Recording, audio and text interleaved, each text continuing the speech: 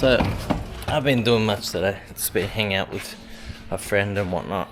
But I've been thinking a lot about this car, and I'm learning a lot as well. I'm learning that there are a number of things that I'm missing with this car, but there'll be possible future upgrades when the time comes. But all in all, the experience is great. It's been taken for test drives here and there. Took my friend for a ride today, and not gonna lie, the excitement that I had yesterday is not the same as this excitement that I'm having today.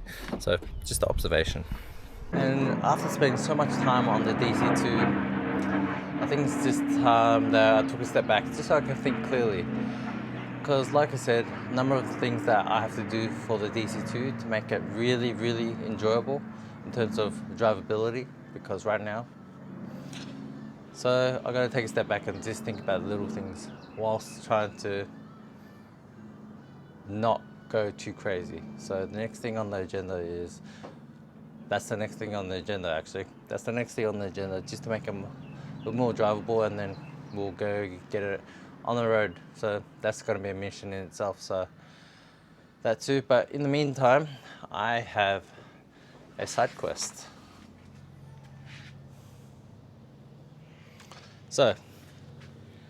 So I've got my friend's car here. He's just recently finished it, but at the same time, he's recently over it as well. So we have to take off this screen protector because it's ruining my shot. There we go. I'll get a new screen protector. But recently, he just got it back from painting, so I'm just putting everything back together for him. And they've also shaved the doors, which looks sick. I'll do a comparison with the one that I have. Hello. Annie, more guy. Okay. So, the biggest mission is to find where everything is. And unfortunately, the boot doesn't open. Actually, not a lot of things are working mechanically, so I have to put everything back in whilst finding where everything is, especially in the boot. So Windows is the number one thing, but seeing if the actual mechanism's even in. So one window's in.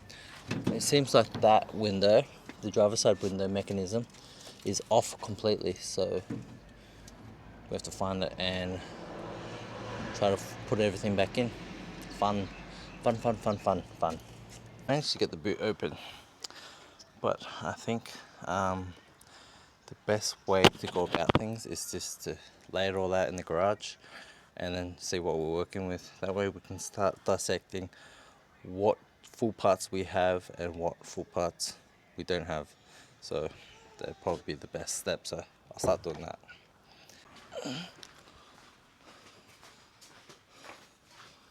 Pipes. Mirrors, interior trims.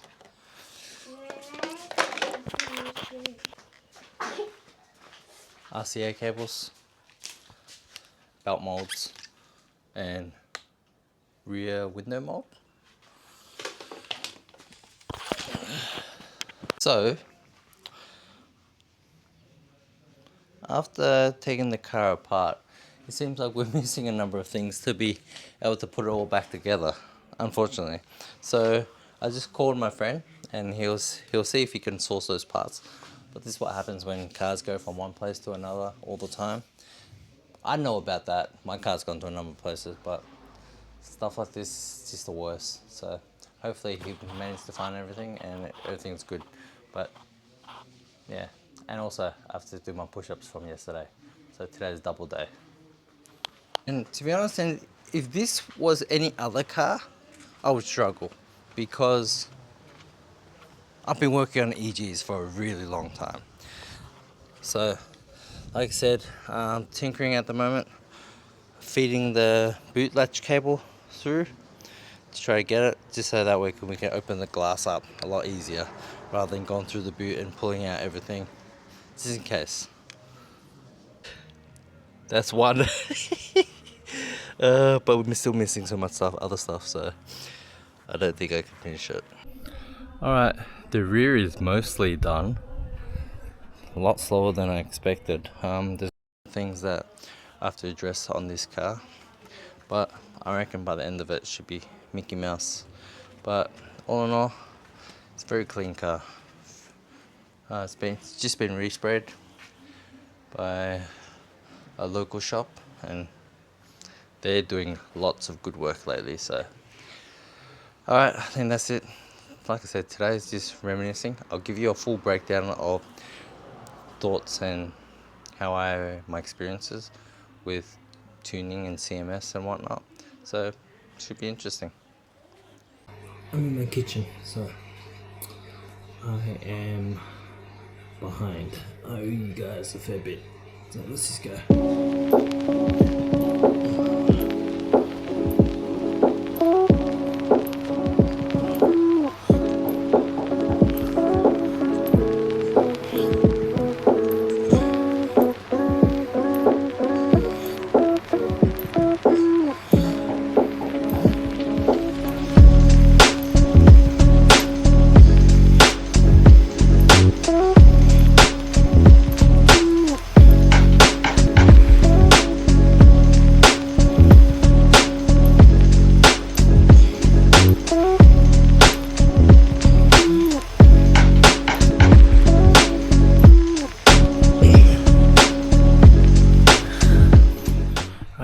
For yesterday. Alright guys, can you see me? You guys are getting a new, sorry, don't need this anymore. You guys are getting a new screen protector.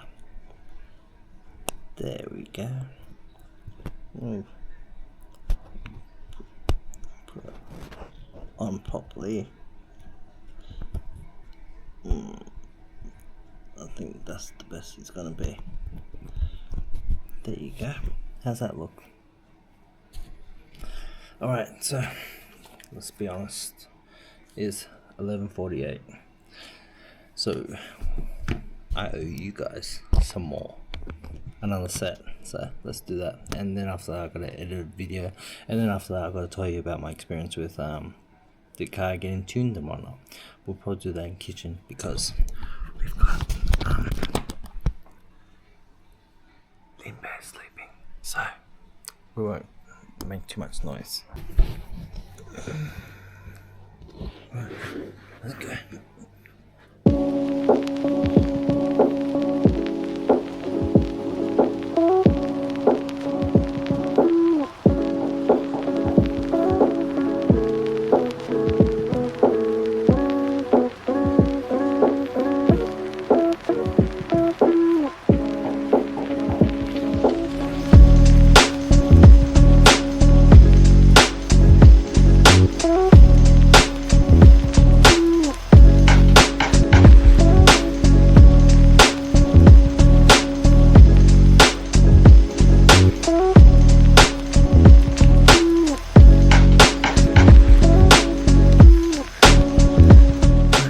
Told you I'd do it. It feels like I'm doing an interview, but like I said, I just recently got my car tuned. Everyone's been asking me how much power I made, and obviously you would have seen in the videos, in the previous videos, how much I made. So for those that haven't seen it, I'll post up a picture here, but I'm not very good at this stuff, but this is the graph. This is the graph that I made. It's not the most linear graph that I've seen, but all I can say is on the drivability side, it's mental. It feels really good, makes power. It turns the tires if I drive it too hard, and I'm over the moon, especially with the pricing. So how much it costed, the tune cost me $200 an hour. So I was there roughly since 11 to 4, essentially, factor in plus lunch and whatnot. So it cost me all up $1,000, $200 an hour, which in the scheme of things, compared to what I was being told from other people in the market, it seems to be quite cheap or quite reasonable cost, and just dealing with them so easy. In terms of, I basically just told him this and that, and he just gave me this and that. Everyone and a lot of people have been asking me, is this, it seems low and whatnot, but all I know is these numbers is just numbers.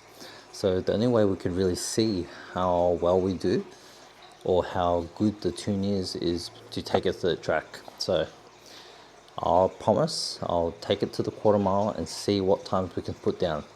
I'm expecting probably just the 12.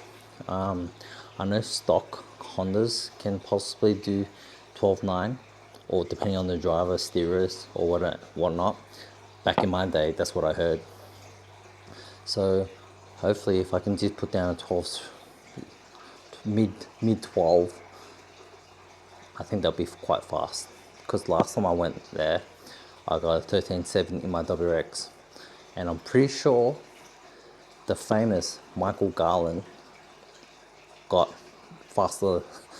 His RX 2.5 liter got faster than me. So actually, maybe it was a 2 liter was faster than my WX. So I can't steal for crap. So let's just see what I get, and that way at least it can probably be, we can start comparing times to power, essentially. But all in all, I think it's a great, easy transaction, great experience. Just to drive Seaford so far, but worth it. Like I said, I've a lot of people reaching me out and they said CMS, good work and whatnot. So kudos to them. Thank you.